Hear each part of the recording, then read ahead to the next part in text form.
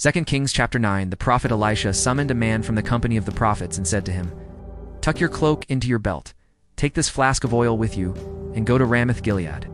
When you get there, look for Jehu, son of Jehoshaphat, the son of Nimshi.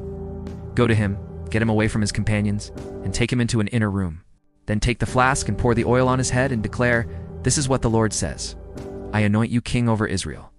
Then open the door and run. Don't delay." So the young man, the prophet, went to Ramoth Gilead. When he arrived, he found the army officers sitting together. "I have a message for you, commander," he said. "For which of us?" asked Jehu. "For you, commander," he replied. Jehu got up and went into the house.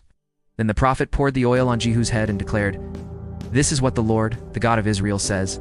I anoint you king over the Lord's people Israel. You are to destroy the house of Ahab your master. And I will avenge the blood of my servants the prophets, and the blood of all the Lord's servants shed by Jezebel. The whole house of Ahab will perish. I will cut off from Ahab every last male in Israel's slave or free. I will make the house of Ahab like the house of Jeroboam son of Nebat, and like the house of Baasha son of Ahijah. As for Jezebel, dogs will devour her on the plot of ground at Jezreel, and no one will bury her." Then he opened the door and ran. When Jehu went out to his fellow officers, one of them asked him, "Is everything all right? Why did this madman come to you? You know the man and the sort of things he says?" Jehu replied, "That's not true," they said. "Tell us," Jehu said. "Here is what he told me. This is what the Lord says. I anoint you king over Israel." They hurried and took their cloaks and spread them under him on the bare steps. Then they blew the trumpet and shouted, "Jehu is king!" So Jehu son of Jehoshaphat, the son of Nimshi-he, conspired against Joram. Now Joram and all Israel had been defending Ramoth Gilead against Hazael, king of Aram. But King Joram had returned to Jezreel to recover from the wounds the Arameans had inflicted on him in the battle with Hazael, king of Aram. Jehu said, "This is the way you feel? Don't let anyone slip out of the city to go and tell the news in Jezreel." Then he got into his chariot and rode to Jezreel. Because Joram was resting there, and Ahaziah, king of Judah, had gone down to see him. When the lookout standing on the tower in Jezreel saw Jehu's troops approaching, he called out, "I see some troops coming. Get a horseman," Joram ordered. "Send him to meet them and ask, 'Do you come in peace?'" The horseman rode off to meet Jehu and said, "This is what the king says. Do you come in peace?" "What do you have to do with peace?" Jehu replied, "Fall in behind me." The lookout reported, "The messenger has reached them, but he isn't coming back." So the king sent out a second horseman.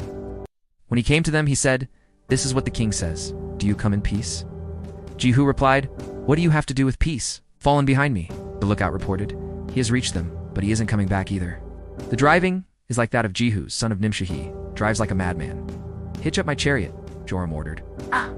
And when it was hitched up, Joram king of Israel and Ahaziah king of Judah rode out, each in his own chariot to meet Jehu. They met him at the plot of ground that had belonged to Naboth the Jezreelite. When Joram saw Jehu, he asked, "Have you come in peace?" Jehu, "How can there be peace?" Jehu replied, "As long as all the idolatry and witchcraft of your mother Jezebel abound." Joram turned about and fled, calling out to Ahaziah, "Treachery, Ahaziah." Then Jehu drew his bow and shot Joram between the shoulders. The arrow pierced his heart, and he slumped down in his chariot. Jehu said to Bidkar, his chariot officer, "Pick him up and throw him on the field that belonged to Naboth the Jezreelite. Remember how you and I were riding together in chariots behind Ahab his father, when the Lord made this prophecy about him? Yesterday I saw the blood of Naboth and the blood of his sons, declares the Lord. And I will surely make you pay for it on this plot of ground, declares the Lord. Now then, pick him up and throw him on that plot, in accordance with the word of the Lord." When Ahaziah king of Judah saw what had happened, he fled up the road to Beth-hagen. Jehu chased him, shouting, "Kill him too!" They wounded him in his chariot on the way up to Gur near Ablim, but he escaped to Megiddo and died there. His servants took him by chariot to Jerusalem and buried him with his fathers in his tomb in the city of David.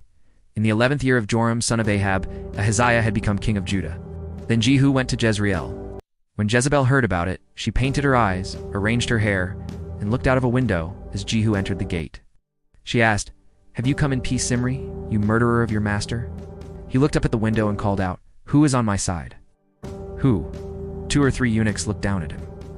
"Throw her down," Jehu said. So they threw her down, and some of her blood spattered the wall and the horses as they trampled her underfoot. Jehu went in and ate and drank.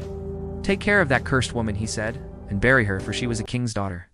But when they went out to bury her, they found nothing except her skull, her feet, and her hands. They went back and told Jehu, who said, "This is the word of the Lord that he spoke through his servant Elijah the Tishbite. On the plot of ground at Jezreel, dogs will devour Jezebel's flesh." Jezebel's body will be like refuse on the ground in the plot at Jezreel, so that no one will be able to say, 'This is Jezebel.'"